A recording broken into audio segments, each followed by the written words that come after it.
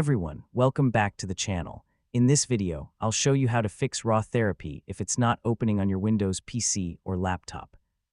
If the program won't launch, crashes immediately, or gets stuck while starting, don't worry. We'll go through several simple solutions that can help you get it working again. Let's get started.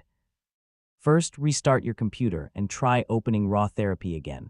A simple restart can often fix temporary software or system issues. If the problem continues, make sure you're using the latest version of RawTherapee. Older versions may not work properly after Windows updates. Visit the official RawTherapee website, download the newest release, and install it over your existing version or perform a clean installation. Next, try running RawTherapee as an administrator. Right-click the RawTherapee shortcut and select *** Run as Administrator ***.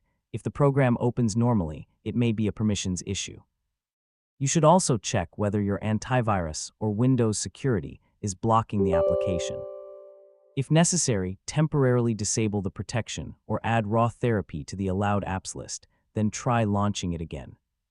If RawTherapee still doesn't open, uninstall the program from your computer, restart your PC, and then reinstall the latest version.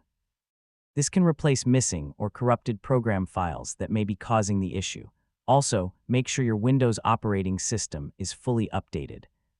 Installing the latest Windows updates can improve compatibility and fix software-related problems.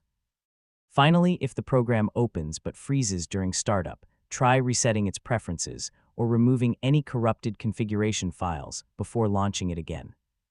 After completing these steps, open RawTherapee once more to see if the issue has been resolved. And that's it. You now know several ways to fix RawTherapee when it's not opening.